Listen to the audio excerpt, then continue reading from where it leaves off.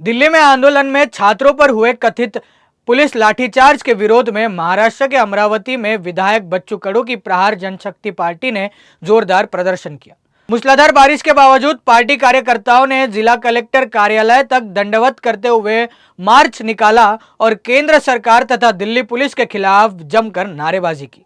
प्रदर्शनकारियों का आरोप है कि छात्रों की मांगों को सुनने के बजाय उन पर बल प्रयोग किया गया, जो लोकतांत्रिक मूल्यों के खिलाफ है।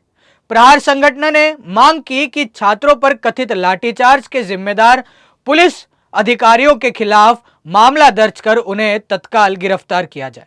प्रहार संगठन के प्रवक्ता जितेंद्र दुधाने ने कहा कि यदि छात्रों को न्याय नहीं मिला तो आंदोलन को और अधिक उग्र किया जाएगा। हिटलरशाही पोलिसांचा लाठीचार्ज करणाऱ्या हिटलरशाही पोलिसांचा लाठीचार्ज करणाऱ्या हिटलरशाही पोलिसांचा गेल्या 22 दिवसापासून पूर्ण देशभरातले विद्यार्थी हे दिल्लीच्या जंतर मंतरचे आंदोलन करीत आहेत, परंतु त्या ठिकाणी त्यांची संवाद साधण्याऐवजी दिल्लीच्या पोलिसांनी अमानुषपणे लाठीचार्ज केला आणि महाराष्ट्रातले एक नेते सदाभाऊ खोत हे आंदोलन करताना दहशतवादी आतंकवादी म्हणतात।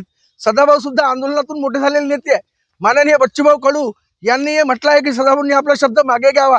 आज महाराष्ट्राचे मुख्यमंत्री आदरणीय देवेंद्र फडणवीस साहेब यांचा वाढदिवस आहे। आम्ही साहेबांना वाढदिवसाच्या शुभेच्छा देतो आणि विनंती करतो की आपण रिटर्न गिफ्ट म्हणून या विद्यार्थ्यांसाठी सकारात्मक पावले उचला आणि या दिल्ली पोलिसांच्या दडपशाहीचा आम्ही या ठिकाणी भर पावसात गटारामध्ये लोटांगण घालून कलेक्टर ऑफिसवर आलेलो आहे। आमचे शहर प्रमुख महानगर प्रमुख आदरणीय बंटीभाऊ रामटेके, जिल्हा प्रमुख छोटू महाराज वसू, गणेशभाऊ मारलूकर आणि संपूर्ण टीम या ठिकाणी भर पावसात या ठिकाणी आलेली आहे।